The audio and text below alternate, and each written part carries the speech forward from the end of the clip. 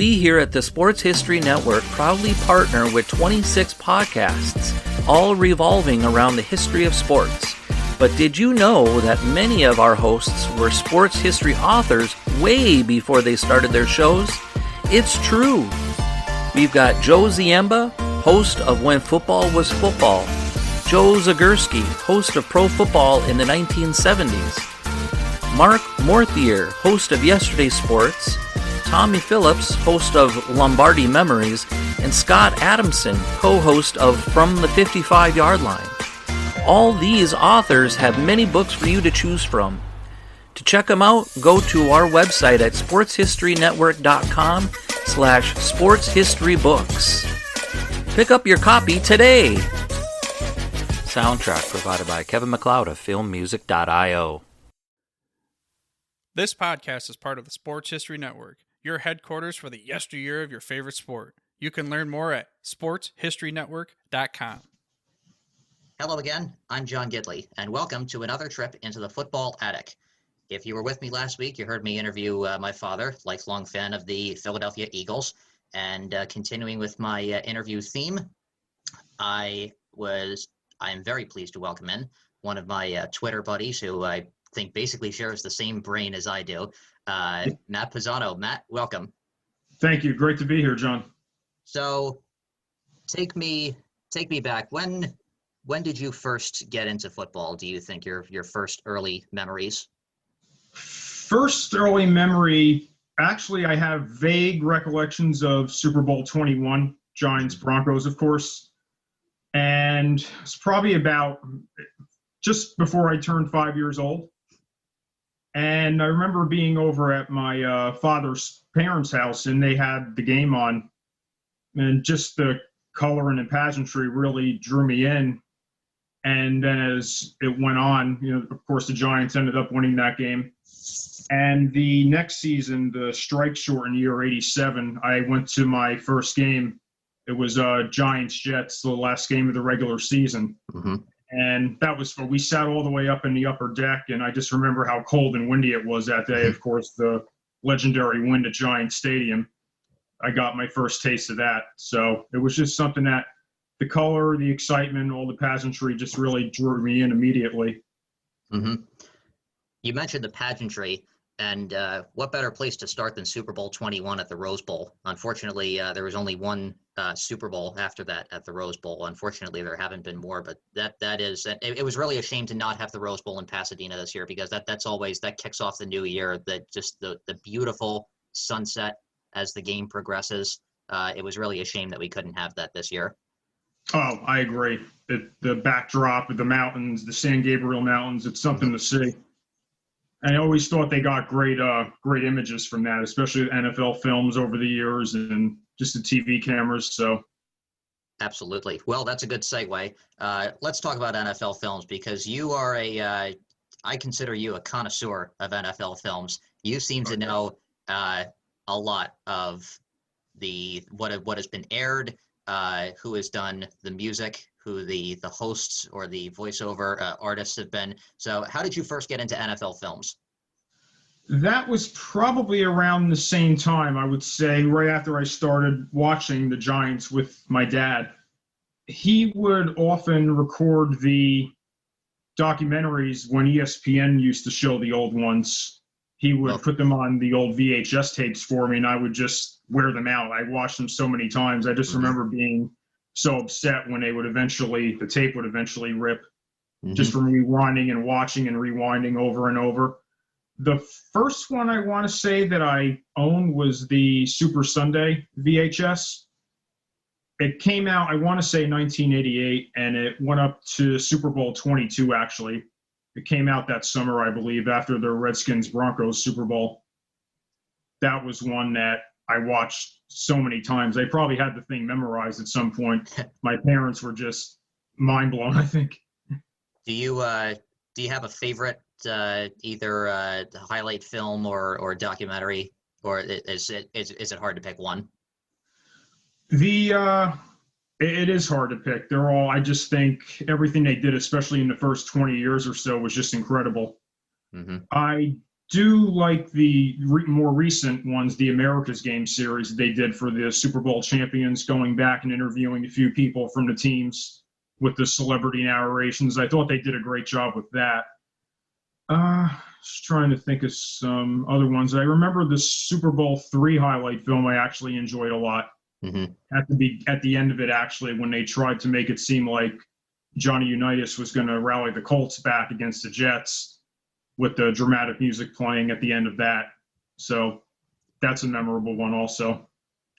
Well, see, that's the thing about NFL films, is that they love to prolong that narrative, make you think that, the Colts are actually going to come back and win this, or especially with the highlight films, if a team finishes with only like 2 or 3 wins, they only show the good stuff. And, well, wait until next year. These guys are going to be good.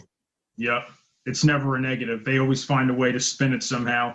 Yeah. And actually, when I was able to buy the original NBC broadcast of Super Bowl III a few years later, I was actually kind of amazed to realize how it really unfolded. That the Colts did score at the end, but really the Jets were pretty much in control the whole way. But that's the magic of NFL films, though. It draws you in, and it keeps you compelled no matter what. I also feel even if you're not a fan of that particular team, their style and the music and the narration really almost makes you start to root for a team at some point. Of course. My father grew up in the 70s, and weekly appointment viewing for him was This Week in Pro Football with Pat Summerall and Tom Brookshire, and then later on it was narrated by Harry Callis. I think for me that's peak NFL films. That is right in their wheelhouse, with the narrations by Pat and Brookie and later Harry Callis, the music by Sam Spence. That's probably the pinnacle of NFL films for me, because the other thing was they recapped every single game in about 2 or 3 minute segments. It was kind of like the precursor to NFL Primetime or Sports Center. Pretty innovative, and they treated every game equally. Yes. And back then, that was really the only way to catch the highlights of the games that you didn't see in your market that week, because it was only the 3 major networks, and you didn't have cable. There was no internet to get highlights. So it was appointment viewing. And that's another favorite of mine, too. I do have those on a DVD in my collection. I think I was able to find 70 through 74, the real golden era, as you were saying, too. Yeah. Every episode? Summerall and Brookshire. You have every episode?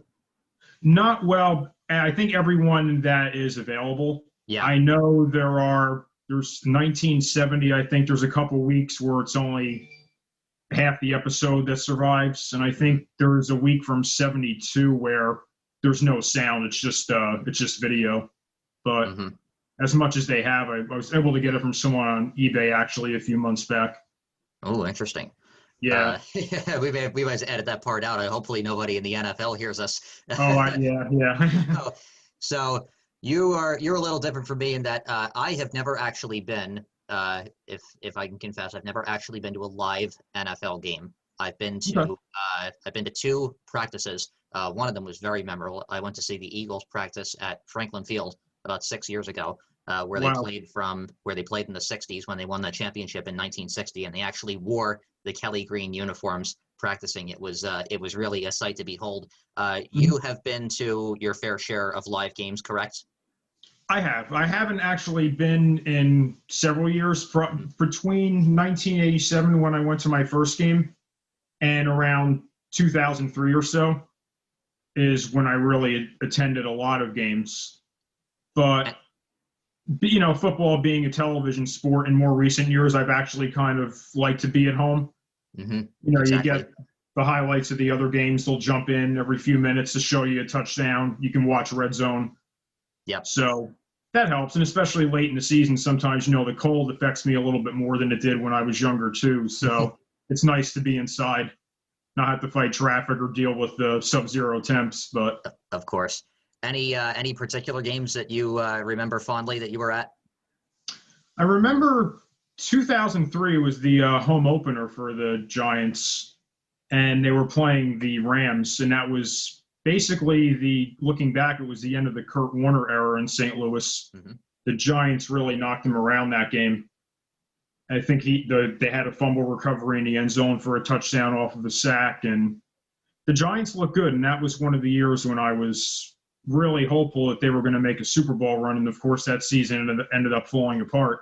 But just to be there on opening day, it was very exciting. You know, the optimism of the fans and the players are pumped up. So that was fun. You know, what's ironic was that Kurt Warner ended up quarterbacking the Giants the next year. Yep. Before Eli took over midseason. Paving the way for Eli Manning. Yep. Yeah. What do you think that I think the 70s in terms of aesthetically with NFL films, I think is personally my favorite era of football. Does it seem to you that the mystique has worn off a little bit? I mean, football is still football, but at the same time, when I go back and I look at the NFL films highlights and I listen to the music by Sam Spence, it's really on a whole other level compared to today. Yeah, I agree. I think today it's gotten a little bit too stale, corporate, maybe cold. Mm-hmm. You don't have that same narration and the visuals. It was more of a storytelling back then, and I think they tried to portray the struggle of the game and almost made it seem like a war movie in some terms. You know, the close-up of the players' faces, the sweat, and the dramatic slow-motion shots. You don't get that as much now. It almost just seems very straight line, very sterilized these days. The music doesn't seem to be as memorable, or the narration. So I do agree. Mm-hmm. And the other thing is, like you said, there was the element of suspense or perhaps even surprise with some of the films, considering that today we're probably pretty spoiled in that we can see basically whatever game we want. If you watch Red Zone, you see bits and pieces of every single game going on, whereas, as you said back then, you probably only got 2 or 3 games every Sunday, and the rest, it was left up to your imagination until you saw it This Week in Pro Football either the next Friday or Saturday before the week began. Exactly. Maybe that's why they don't put as much effort into it now. I'm not quite sure. But I think it does add something to the game, though. I think that's one of the big reasons why I really fell in love with it. Just how unforgettable that music and narration was. It really sticks to you. It leaves an impression. And it's also really a shame that ESPN Classic and then later on NFL Network do not show the treasure trove of highlights that they really have. You could make an entire channel really out of all of the highlight films, all of the highlight shows, the individual team highlight films. I mean, the highlight shows. I think you would agree with my sentiment. Open the vault. Oh, absolutely. I don't know why they don't. I mean, it's a gold mine. Mm-hmm. Especially, it's off-season programming, even when you don't have as much to show or there's not as much to talk about. Mm-hmm. In between the draft and mini camp and when training camp starts, you could just show marathons of those team highlight films or This Week in Pro Football. I don't know if they don't think that people would be as interested in it now, but I think it's a great way to teach people the history of the game. Absolutely. And people would watch too.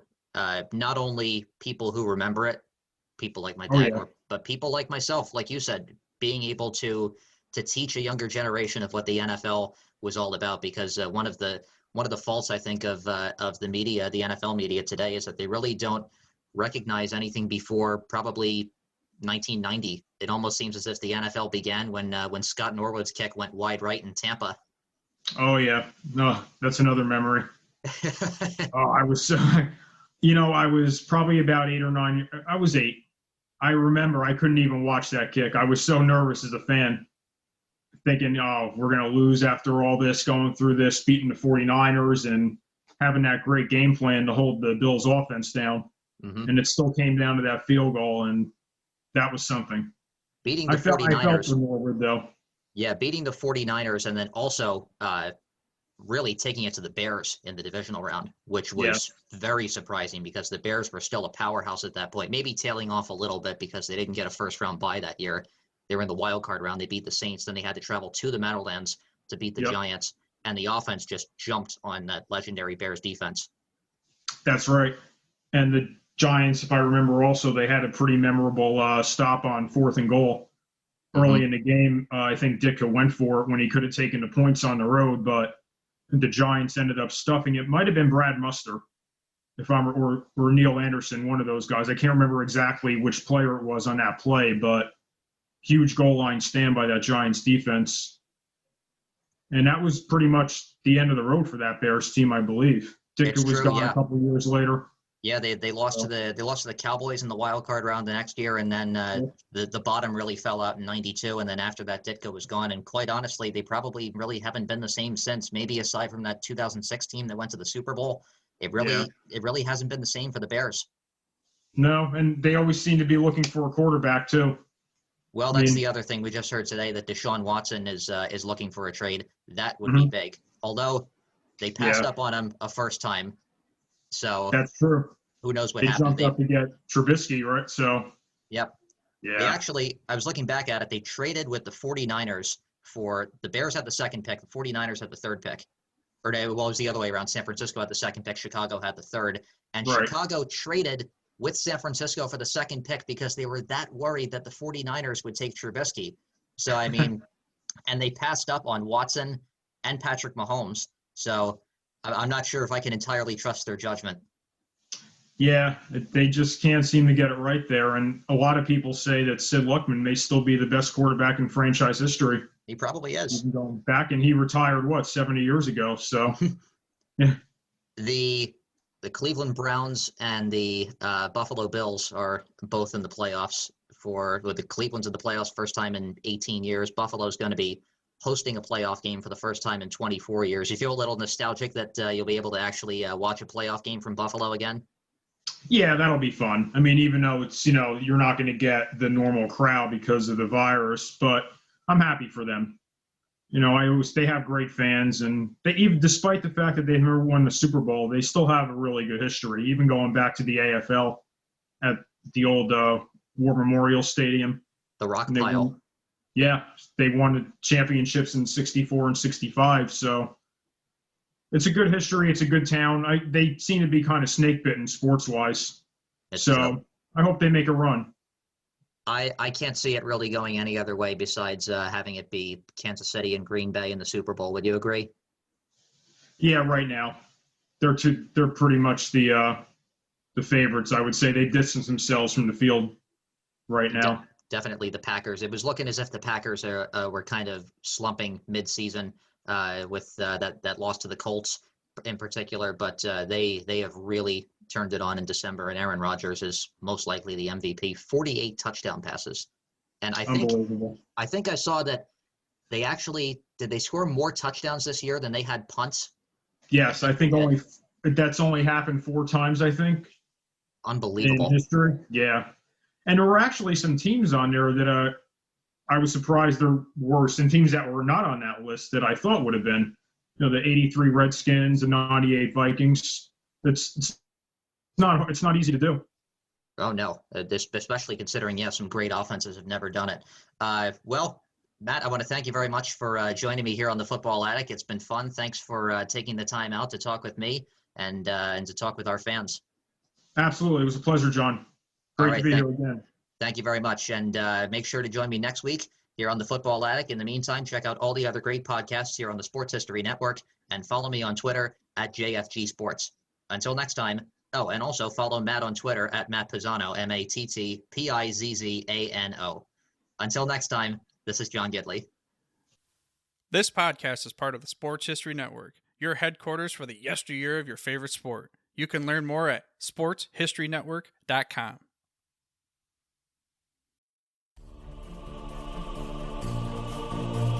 We at the Sports History Network are thrilled to work with our sponsors and partners. With their support, we are able to produce great content for you. The other cool thing is most of our sponsors and partners offer discounts to pass along to our fans. So if you go to the sportshistorynetwork.com/sponsors page, you'll find Row 1, Royal Retros, Play Classic, Thrive Fantasy, and Mega Seats. All of these offer great discounts. Specifically at Row 1, you can save 15% at the Row 1 Gallery with the code SHN. The Row 1 Gallery includes over 5,200 reproduced sports history prints on a variety of sizes of wood, metal, canvas, acrylic, or poster paper.